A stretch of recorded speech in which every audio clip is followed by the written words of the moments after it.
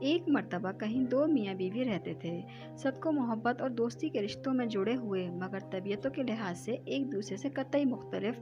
خاوند نہایت پرسکون اور کسی بھی حالت میں غصہ نہ کھانے والا، تو بیوی نہایت ہی تیز و ترار اور معمولی بات پر غصے سے بھڑک اٹھنے والی۔ ایک بار دونوں میاں بیوی ایک بحری سفر پر نکل کھڑے ہوئے۔ جہاز کئی دن تک تو سمندر پر پرسکون طریقے سے چلتا رہا، مگر ایک دن اسے طوفانوں نے آ گھیرا۔ ہوائیں مخالف ہو گئیں اور موجوں کے تلاطم نے سب کچھ الٹ پلٹ کر رکھ دیا۔ طوفان سے سمندری پانی جہاز کے اندر تک بھرا گیا۔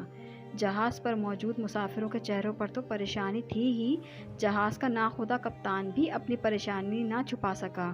اس نے مسافروں سے صاف صاف کہہ دیا کہ موجودہ حالات میں تو اللہ کی طرف سے کوئی معجزہ ہی جہاز کو اس طوفان سے بچا سکتا ہے۔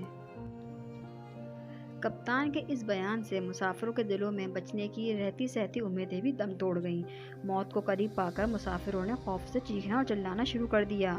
اس آدمی کی بیوی پر تو جنونی کیفیت طاری ہو گئی۔ اسے تو کچھ بھی نہیں سوجھ رہا تھا کہ کیا کرے۔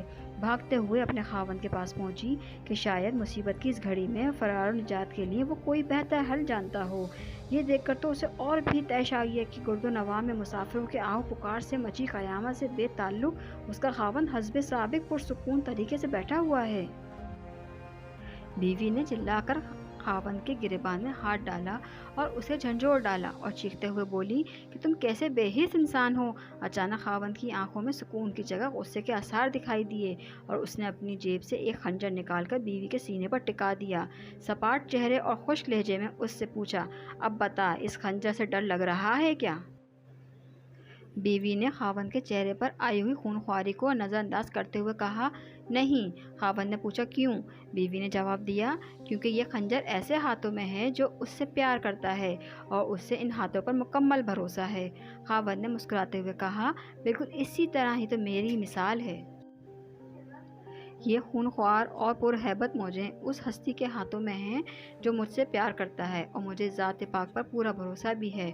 پھر ڈرنا کس بات کا؟ اگر وہ ذات پاک ان سب موجوں اور طوفانی ہواؤں پر مکمل تسلط اور قابو رکھنے والی ہے تو دوسری طرف ہماری موت زندگی کا اختیار بھی اس کے قبضے میں ہے۔ موت کا وقت معین ہے، اگر زندگی ہوگی تو وہ ہمیں اس طوفان سے بھی نکال دے گا۔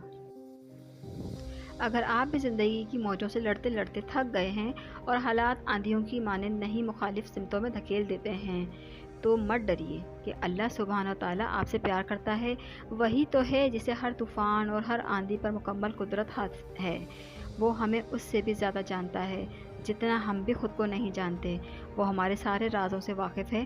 اگر آپ اپنے رب سے پیار کرتے ہیں تو اس پر بھروسہ کیجیے اور اپنے سارے معاملات اس پر چھوڑ دیجیے۔ شکریہ۔ جی ہاں، تو آپ لوگوں نے میری سٹوری سنی، آپ کو یقیناً مزہ آیا ہوگا اور خوب انجوائے کیا ہوگا، تو جلدی سے سبسکرائب کر دو بھائی، اور ہاں، بیل آئیکن کو پریس کرنا مت بھولیے گا، کیونکہ جب بھی میں کوئی ویڈیو اپلوڈ کروں گی سب سے پہلے آپ تک پہنچے گی۔ اللہ حافظ۔